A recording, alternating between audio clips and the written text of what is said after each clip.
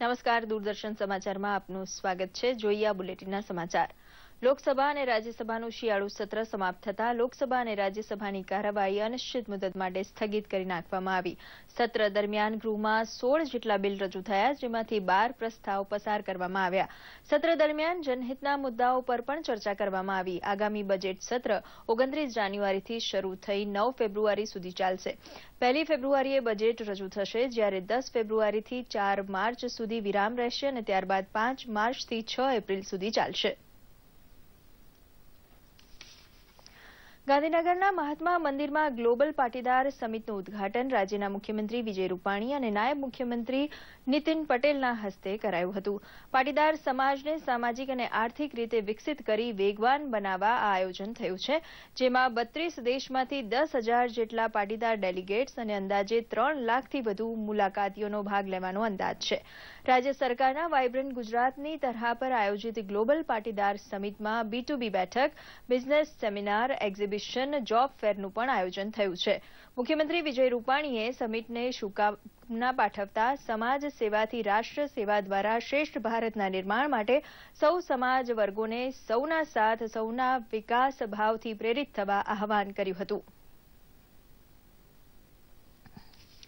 અમદાવાદ શહેરમાં હિન્દુ આધ્યાત્મિક અને સેવા સંસ્થાન દ્વારા હિન્દુ આધ્યાત્મિક અને સેવા મેળાનું ઉદ્ઘાટન સમારંભ યોજાઈ ગયો. સ્વામી અવધેશાનંદ ગિરિજી અને ભાગવત કથાકાર રમેશભાઈ ઓઝાની ઉપસ્થિતિમાં આ મેળાનો દીપ પ્રાગટ્ય અને ગૌ પૂજન કરી વિધિવત પ્રારંભ કરાવાયો હતો. મેળાનો મૂળભૂત ઉદ્દેશ હિન્દુ સંસ્થાન દ્વારા ધાર્મિક, આધ્યાત્મિક અને સામાજિક સેવાના કાર્યોને સમાજ વચ્ચે લઈ જવાનો છે. મેળામાં વિવિધ કાર્યક્રમો અને પ્રદર્શન દ્વારા હિન્દુ સંસ્કૃતિ, સભ્યતા અને આધ્યાત્મિકતાને ઉજાગર કરવાનો પણ છે, તેમ ભાગવત કથાકાર રમેશ ઓઝાએ જણાવ્યું હતું.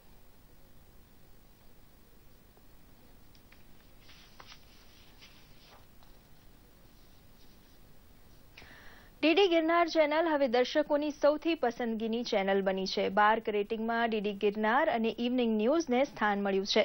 ડીડી ગિરનાર ચેનલ પર સાંજે પ્રસારિત થતું ઇવનિંગ ન્યૂઝ દર્શકોની સર્વોચ્ચ પસંદગી બન્યું છે. બાર્કના 52મા સપ્તાહ એટલે કે તારીખ 23થી 29 ડિસેમ્બર દરમિયાનના આંકડા જાહેર થયા છે, જેમાં ગુજરાતી ન્યૂઝ અને પ્રોગ્રામ ચેનલમાં ડીડી ગિરનારના સમાચાર અવ્વલ પસંદ બન્યા છે. બ્રોડકાસ્ટ ઓડિયન્સ રિસર્ચ કાઉન્સિલ ઇન્ડિયાના સર્વેમાં આ વાત બહાર આવી છે.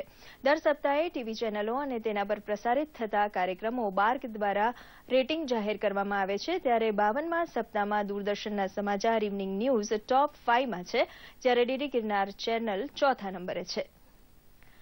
ભારતના પશ્ચિમ દરિયા કિનારાની સુરક્ષા વધુ મજબૂત કરવા માટે કોસ્ટગાર્ડમાં નવા એક જહાજ C-161ને પોરબંદર ખાતે બેડામાં સામેલ કરાયું છે. આ જહાજની તૈનાતીથી ગુજરાતના કાંઠા વિસ્તારમાં ઘૂસણખોરી, દાણચોરી અને ગેરકાયદે માછીમારી સહિતના દૂષણો ડામવામાં મોટી મદદ મળશે. વાડીનાર કોસ્ટગાર્ડ સ્ટેશન હસ્તક આ નવું જહાજ રહેશે. 160 ટન વજન ધરાવતા આ જહાજની લંબાઈ 27.64 મીટર છે. તે દરિયામાં 65 કિલોમીટરની ઝડપ હાંસલ કરવા સક્ષમ છે. આઈબી સર્વેલન્સ અને બચાવ કામગીરી સહિતના ઓપરેશનમાં આ જહાજ પાવરધુ છે. ઉલ્લેખનીય છે કે આ જહાજ ઊંડા તેમજ છીછરા બંને પ્રકારના પાણીમાં કામગીરી બજાવી શકે છે. આંતરરાષ્ટ્રીય દરિયાઈ સરહદ પાકિસ્તાન સાથે ધરાવતા ગુજરાત માટે નવા જહાજનું આગમન સુરક્ષા છત્રને મજબૂત બનાવશે. શિયાળાની ઠંડી જામતી જાય છે, ત્યારે હવામાન વિભાગે પણ 72 કલાક કોલ્ડ વેવની આગાહી આપી છે. રાજ્યના વાતાવરણમાં કોલ્ડ વેવની અસર સમગ્ર પ્રસરાઈ ગઈ છે. યાત્રાધામ અંબાજી પંથકમાં પણ ઠંડીના પ્રમાણમાં વધારો જોવા મળ્યો છે. અંબાજીના બજારો પણ સવારે નિર્ધારિત સમય કરતાં મોડા ખુલ્યા હતા, જ્યારે રસ્તા પર ધુમ્મસભર્યું વાતાવરણ હોવાના કારણે વાહનની સંખ્યા પણ પાંખી જણાઈ હતી. હાડ ગાળતી ઠંડીથી બચવા અને ગરમી મેળવવા લોકો તાપણાનો સહારો લઈ રહ્યા છે.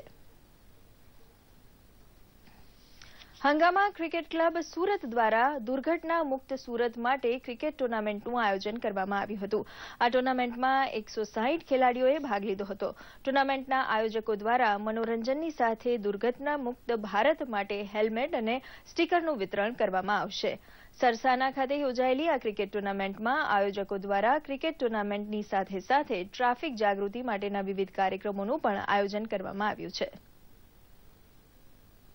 જામનગર ખાતે ઔદ્યોગિક ઉત્પાદન માટેની આધુનિક મશીનરીનું પ્રદર્શન શરૂ થયું છે, જેનો ઉદ્દેશ ચીનને ટક્કર મારે તેવી મશીનરી ગુજરાતના ખૂણે ખૂણે પહોંચાડવાનો છે. લઘુ ઉદ્યોગ સાહસિકની ખાસી સંખ્યા ધરાવતા સૌરાષ્ટ્રમાં નાના એકમોનું ઉત્પાદન સરળ અને સસ્તું બનાવે તેવા મશીનની ભારે માંગ હોવાથી જામનગરમાં ખાસા કારખાનેદારો ઉમટ્યા છે. કોઠા સૂઝથી ખીલવી હોય તેવી ટેકનોલોજીના પણ અહીં અનેક નમૂના રજૂ થયા છે. પ્રધાનમંત્રી નરેન્દ્ર મોદી આજે એક સંમેલનને સંબોધિત કરશે, જેમાં દેશના એવા જિલ્લા ભાગ લેશે જે વિકાસ વડે ઝડપથી બદલાઈ રહ્યા છે. સાથે પ્રધાનમંત્રી 100 જેટલા જિલ્લાના અધિકારીઓ સાથે પણ સંવાદ કરશે.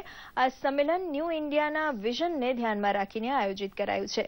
સરકાર વિકાસમાં પાછળ રહી ગયેલા જિલ્લામાં વિકાસ વેગવંતો થાય તે માટે પ્રયાસ કરી રહી છે. ગયા વર્ષે ઓગસ્ટમાં પણ પ્રધાનમંત્રીએ કેટલાક જિલ્લા અધિકારીઓ સાથે વિડીયો કોન્ફરન્સથી સંવાદ કર્યો હતો. તેમણે જિલ્લા અધિકારીઓ પાસે સામાજિક આર્થિક વિકાસ માટે કાર્ય કરવા અપીલ કરી છે. તો આ સાથે આ બુલેટિન અહીં સમાપ્ત કરીએ છીએ. નમસ્કાર.